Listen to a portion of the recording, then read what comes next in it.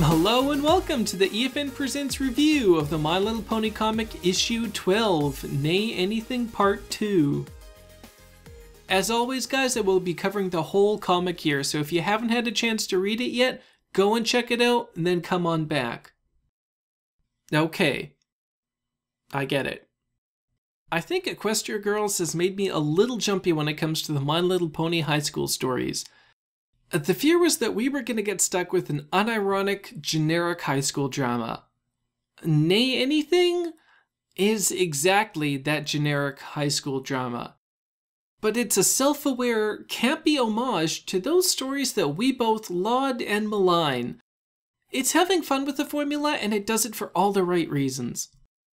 The cover for this issue by Andy Price does a great job at establishing the characters and the relationships in this story. We have Shining Armor in the foreground with his dice bag and monster manual, Cadence behind him with her circle of friends and the prom queen poster above her, and I like how the background elements make this seem like it's happening in Canterlot and not on Saved by the Bell. By telling the first half of the story entirely from Shining Armor's perspective, the reader gets put in his shoes, helping to develop sympathy with his situation through more focused character development and controlled revelation of the story's elements. Using the single perspective allows the comic to leave the question of whether Shining Armor's feelings are reciprocated by Cadence ambiguous, making the reader more invested in his efforts to win her over, and when Cadence accepts Buck's invitation, the comic can end on a believable down note that it couldn't have otherwise. To wrap things up, this issue has to get the reader up to speed, and we start off by seeing Cadence and Shining Armor's interactions again, now from Cadence's point of view. Initially, this creates some confusion and interest at how Cadence's affections ultimately end up in her accepting Buck's invitation, as we now know she likes Shining Armor. Then in the second flashback, we learn that this is due to some good old dramatic irony. Though how Cadence could misunderstand what she overheard, considering the musical number that just took place, I have no idea. These flashbacks are framed by scenes from present-day Canterlot, with some fun commentary from the main six. But the real highlight of these scenes is the interactions between Cadence, Shining, and Twilight, which makes excellent use of the husband-wife and brother-sister dynamics. Compared to the show, these exchanges seem a little exaggerated, but play nicely with the personal nature of the story being told. Though I'd have to say my favorite scene out of this part is definitely the full sitting flashback. It's great to see that Twilight was still Twilight even back then. With the situation cleared up for the reader, we now see both ponies' stories play out in parallel as they hatch plans to win over each other as they get ready for the big dance. This juxtaposition creates some nice comedy using the different nature of the approaches and the relationships of the main characters with their friends.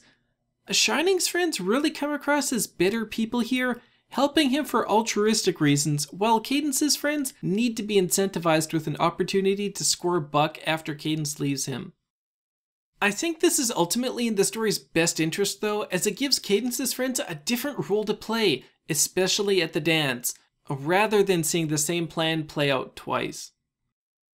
Jumping between scenes also helps build up some momentum back into the story. While it was great to see how Cadence's side of the story went up to this point, we're a third of the way through the comic by now, so we need to get the ball rolling if they have any chance of wrapping this up.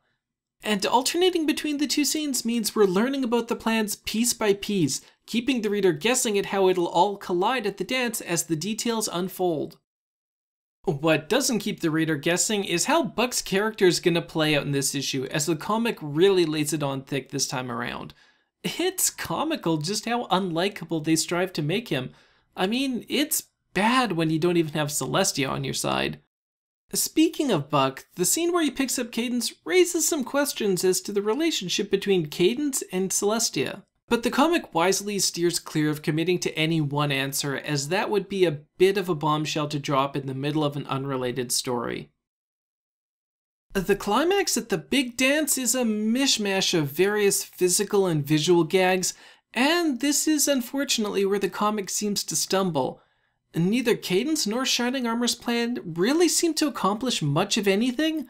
Cadence's friends just immediately give up, and Buck's hardly flying off the handle after repetitive stick pokings. And having Poindexter attend an address as Shining's date is given a contrived excuse. With things down to the wire for Shining Armor to win over Cadence, it goes counter to his friend's motivation so far to stick one of them in a situation that doesn't aid their plan in any way. The setup was executed to great effect and fits with the stereotypical story as it wants to play out, but it all just seems to be dismissed here rather than integrated into the conclusion. It had promise, but it just feels lazy not to go anywhere with it. Despite the weak ending, the writing overall is strong, nicely bringing Cadence's side of the story into the fold and setting up all the elements in a timely manner. We even see some nods to other characters in the universe, with a great exchange from Cheerilee and Mare regarding the results of an aptitude test. And I do appreciate how the friend characters are given some motivations of their own, fleshing them out and giving them a bit of an identity that exists outside the main character's story. Continuity alert though, from Call of the Cutie, we know that Cheerilee decided to become a teacher before she got her cutie mark. Also, are Cheerilee and Mare supposed to be the same age here? Politics has aged her terribly. I guess I shouldn't complain though, their conversation makes this a high school dance story that actually passes the Bechdel test. Background references are suitably themed to the story and period, meaning your enjoyment of them will likely scale with age. Suitably 80s references cover movies with Bill and Ted and Carrie, comics with the New Teen Titans, music with the Purple Rain album, Man Without Hats, and a wonderful 2-page supplement by Katie Cook. And my favorite, second only to the Carrie reference for fitting the story so well, Quantum Leap. For the not quite so old crowd, there's still the humorously renamed Magic the Gathering, and even Jim the Troll makes an appearance as an Oubliettes and Ogres figure. There's too many to cover here, but suffice to say, there's something for everybody in this issue. As always, the artwork for this issue is spot on. Price's expressions once again hit their mark, being subtle and natural when needed, more animated and cartoonish when the scene calls for it, and occasionally just going all out to great effect. Locations and backgrounds once again are varied and interesting, largely distinct from the previous issue. Background details are largely incidental though, and the action is mostly character driven, so I'll skip any critique in that area.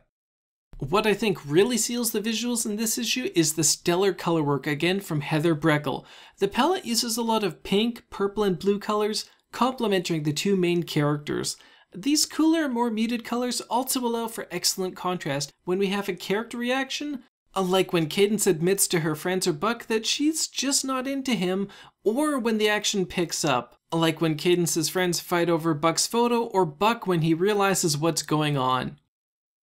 For such a cliched story, I'll admit I got sucked into this one. It's got a lot to offer, with great character work balancing comedic moments based both off the My Little Pony elements and the 80s high school dance Get the Girl elements. With all the references, you can tell they were having fun with this one, but that doesn't mean they weren't trying to deliver the story with some truly touching moments. A lot of care went into this, and it comes through in all the subtle elements that contribute to a very polished final product. This team continues to impress all around. Tune in next time for some adventure on the high seas as the main six discover that buccaneering is magic. For EFN, I'm... What? What do you mean we're not doing issue 13 next? Well, what are we doing? Oh. Tune in next time as we jump out of one high school and into another with the Equestria Girls in the My Little Pony 2013 annual. For EFN, I'm Ramble.